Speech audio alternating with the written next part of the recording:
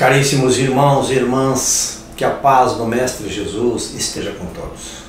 Talvez uma das palavras mais utilizadas nesses tempos seja a palavra esperança.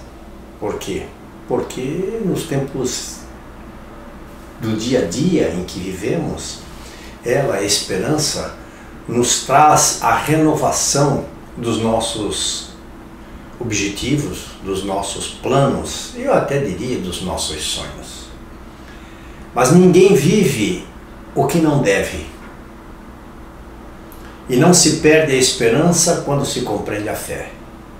E desta maneira, aquilo que muitas vezes vivemos, os sofrimentos que nos acometem, o dia, o mês, o tempo, são resgates, débitos, são provas que pedimos, são necessidades que o Espírito tem para a sua renovação.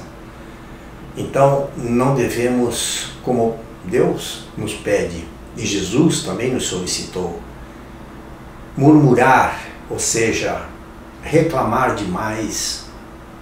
Precisamos colocar a resignação a nosso favor, fortalecendo assim o nosso espírito para poder passar na prova difícil.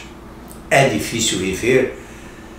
Depende do estágio em que o espírito esteja, em que se esteja naquele tempo da vida, não é?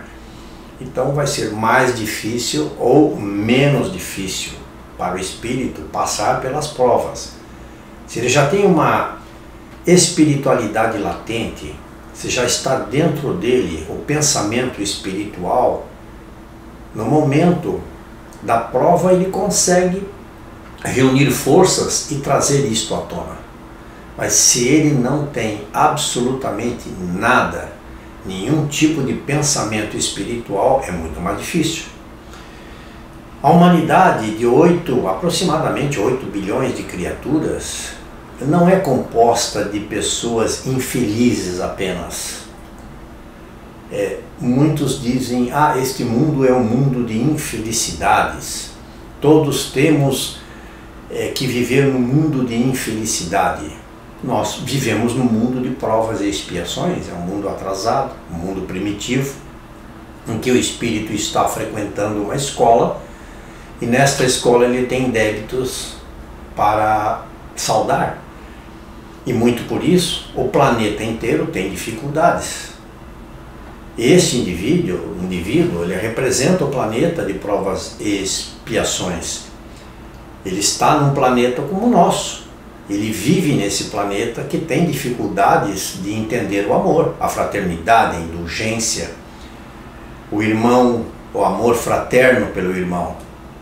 Então, a própria humanidade, ela alterna bons e maus momentos.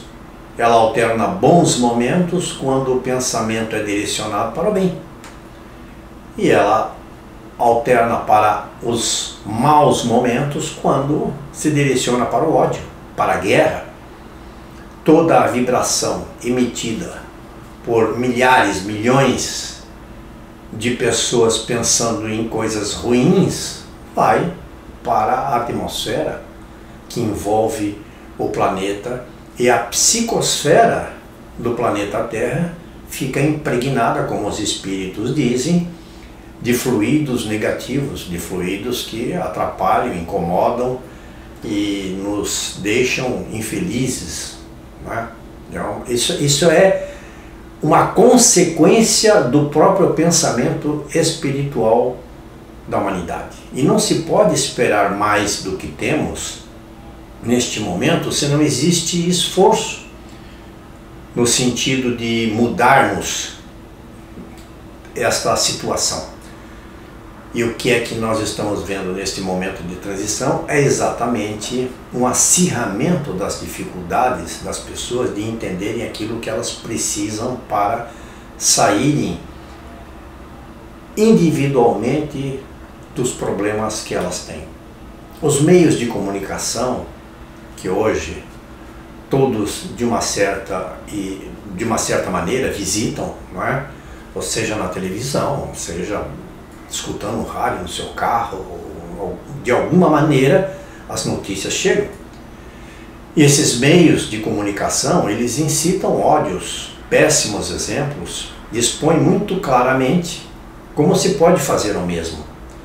Eles dirigem-se a espíritos enfraquecidos, porque o espírito, quando ele está fortalecido, ele vai mudar o canal, ele não vai assistir, ele vai buscar outro tipo de leitura ou outro tipo de notícia. Mas o espírito, quando ele está enfraquecido, essas incitações de ódio vão alimentá-lo. São espíritos fracos, ignorantes, que são convencidos a copiarem o que eles não entendem. Então alguém diz faça isso ou faça aquilo e eles vão fazer. É uma liderança negativa que eles aceitam. E isto vai agravar a situação de penúria para o planeta. Porque se a mídia, como dissemos, as notícias ruins penetram na mente espiritual fraca, ela dissemina no lar, no trabalho. Temos aí pessoas negativas, problemáticas, doentes. E é o que essas pessoas vão fazer? Elas vão mostrar exatamente o seu pior. Elas vão mostrar aquilo que elas vieram mudar. Elas vieram para o planeta para mudar, não conseguem, caem na armadilha que nós estamos aqui colocando e mostram então aquilo que de pior elas têm. E encontram incentivo para se fazerem piores indivíduos, agravando os seus débitos. A facilidade de expressão em vários segmentos da mídia faz com que a parte mais sombria do espírito encontre os seus instrumentos, os instrumentos certos para atacar outras pessoas, ofender, culpar, acusar, e na maioria das vezes sem provas, como nós vemos, apenas pelo prazer de colocar a sua opinião ali no computador ou em algum outro lugar, uma mídia qualquer, que ele sinta-se poderoso por estar fazendo aquilo e colocando uma opinião de ódio, de incitamento de ódio, que o outro vai ler e vai achar que aquilo ali está certo. Então é uma opinião nefasta, distorcida, maléfica, escondida nas sombras de onde? Do quarto onde ele está, da sala, da sua casa, de algum lugar onde ninguém veja. Então ele se encoraja para fazer aquilo. Ele cresce no ódio, não é? Na sua espiritualidade negativa, e emite opiniões que outros vão ver, vão ler, vão copiar, vão passar mal com aquilo. Este ser que intensifica, revolve nas entranhas o sentimento maléfico é o mal encarnado. São espíritos do mal encarnados prejudicando a ele e outros com essa consciência criminosa que eles têm. Então, como pedir aos céus aquilo que nós não oferecemos? Como é que nós vamos pedir para Deus nos dar um mundo melhor se nós estamos oferecendo a Deus o pior? Se nós estamos oferecendo aquilo que nós precisamos mudar para melhor, então é uma infelicidade esta plantação. Como rogar a esperança, como rogar a felicidade, se a plantação é de desesperança, infelicidade, desamor? Como pedir a Deus a bondade, se o planeta está em constante turbulência pendendo para o mal, se os países não se entendem, se as pessoas não se entendem, se existem incitações do mal em todas as partes?